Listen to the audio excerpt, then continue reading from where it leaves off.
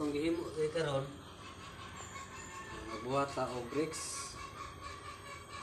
So ang bricks na to gibagay na to ni sa pintura. Ang pintura ni is Fortune Red. Fortune Red mo ni siya. Okay, ang bricks color is kasagaran is Redman. So nagamit ang Fortune Red.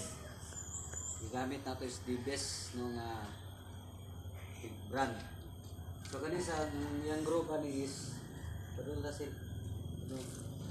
Ang gamit ato ani kining group niya Lamblacks na latex, Lamblack na latex. Bagay sa pintura ng atong i-design na bricks. Actually kani siya wala na sa gipalitan nga bricks ha. Kani siya structural.